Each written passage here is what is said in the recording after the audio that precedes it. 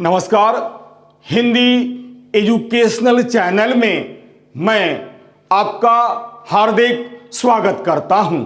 आज मैं आपके समक्ष हिंदी साहित्य के श्रेष्ठ राष्ट्र प्रेमी कवि श्री रामनरेश त्रिपाठी जी का सामान्य साहित्यिक परिचय को लेकर उपस्थित हुआ हूं।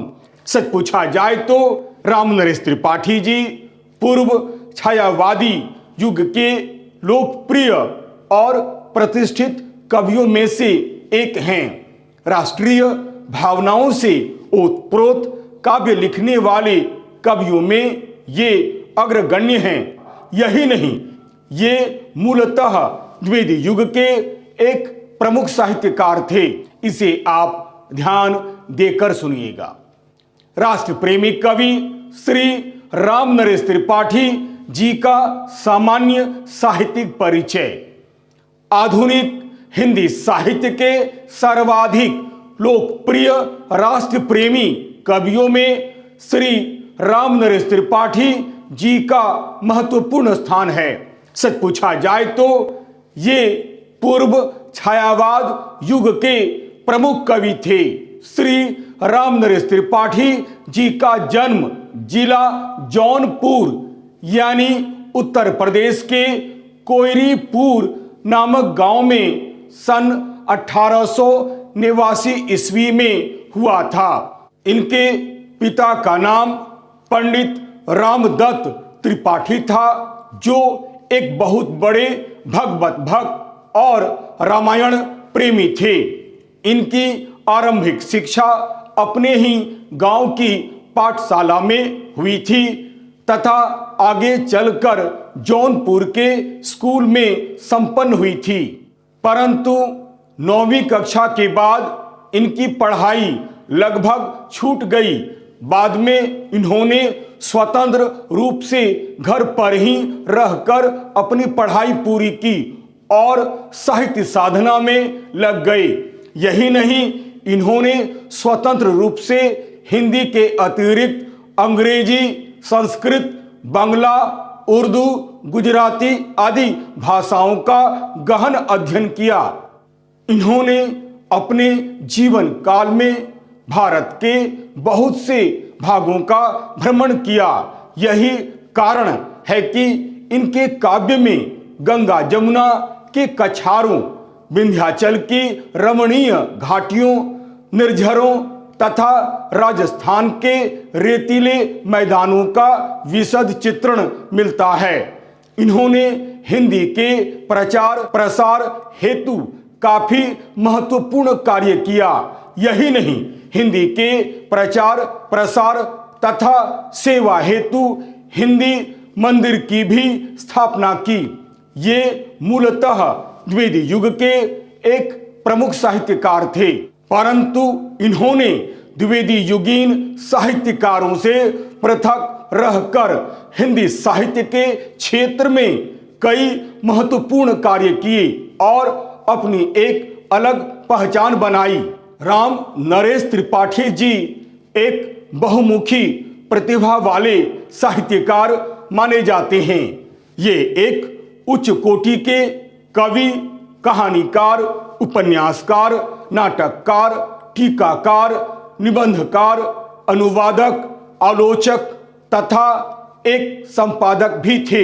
लोकगीतों के क्षेत्रों में इन्होंने जो कार्य किया वह काफी प्रशंसनीय है। ये महात्मा गांधी के जीवन और उनके कार्यों से बहुत अधिक प्रभावित थे। सन 1962 ईस्वी में इनकी मृत्यु हो गई। त्रिपाठी जी एक आदर्शवादी कवि थे। इनकी रचनाओं में राष्ट्रीयता के साथ साथ आदर्श का पुट भी मिलता है। हे प्रभु आनंददाता ज्ञान हमको दीजिए जैसी इनकी कई बेजोड़ रचनाएं हैं, जो आज भी अनेक विद्यालयों में प्रार्थना के रूप में गाई जाती है। इनकी रचनाओं में पथिक, मिलन, स्वप्न, मानसी, ग्राम्य गीत, कविता, कौमुदी, वीरांगना और लक्ष्मी, सुभद्रा, जयंत, और प्रेमलोक, स्वप्नों के चित्र आदि के नाम विशेष उल्लेखनीय हैं। इन्होंने राष्ट्रीयता, देश प्रेम, सेवा, त्याग, बलिदान आदि महत्वपूर्ण भावना प्रधान विषयों पर कई उत्कृष्ट रचनाएं लिखी हैं। रामनरेश त्रिपाठी जी ने कई संस्मरण, बाल साहित्य, जीवन चरित्र, टीका साहित्य, आलोचना साहित्य आदि की भी रचना की है। इन्होंने कई रचनाओं का संपादन भी किया है। इनकी भाषा भावपूर्ण और सरल खड़ी बोली है। यही नहीं, इनकी भाषा सरल, सरस, सहज होने के साथ साथ प्रवाहमय तथा बोधगम्य है। इन्होंने कहीं कहीं पर संस्कृत के शब्दों का भी प्रयोग किया है। यही नहीं, इन्होंने अपने काव्य में कहीं कहीं पर उर्दू के छंदों का भी प्रयोग किया है। त्रिपाठी जी की रचनाओं में विशेषकर श्रृंगार, शांत और करुण रसों का भी प्रयोग हुआ है। उनके काव्य में अलंकारों का भी स्वाभाविक रूप से प्रयोग मिलता है। इन्होंने अनुप्रास, रूपक, उपमा, उत्प्रेक्षा आदि अलंकारों का विशेष रूप से प्रयोग किया है। त्रिपाठी जी मुख्य रूप से वर्णात्मक और उपदेशात्मक शैलियों का प्रयोग करते हैं। इस तरह हम देखते हैं कि रामनरेश त्रिपाठी जी पूर्व छायावादी युग के लोकप्रिय और प्रतिष्ठित कवियों में से एक हैं। राष्ट्रीय भावनाओं से ओतप्रोत काव्य लिखने वाले कवियों में ये अग्रगण्य हैं। ये एक मननशील, विद्वान तथा एक परिश्रमी व्यक्ति थे।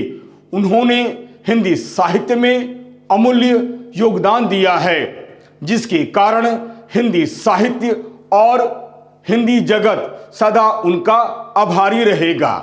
यदि आपको यह वीडियो अच्छा लगता है तो आप इसे लाइक करें, शेयर करें और तो और सब्सक्राइब करना आप बिल्कुल ही भूलें। याद रखिएगा, मेरा यह चैनल, मेरा यह वीडियो एक तरह से एक एजुकेशनल वीडियो है। यह एक एजुकेशनल चैनल है, अतएव लाइक, शेयर और सब्सक्राइब करना आप बिल्कुल नहीं भूलें। और हाँ, यदि मेरे वीडियो में अगर आपको कहीं भी किसी प्रकार की कोई त्रुटि या कोई कमी नजर आती है तो आप साफ कमेंट्स करें, ताकि मैं उन गलतियों को सुधार कर सकूं और आपके समक्ष एक बहुत ही सुंदर छात्रोपयोगी वीडियो बनाकर प्रस्तुत कर सकूं, ताकि आप अधिक से अधिक उसका फायदा उठा सकें। तब तक के लिए नमस्कार, धन्यवाद।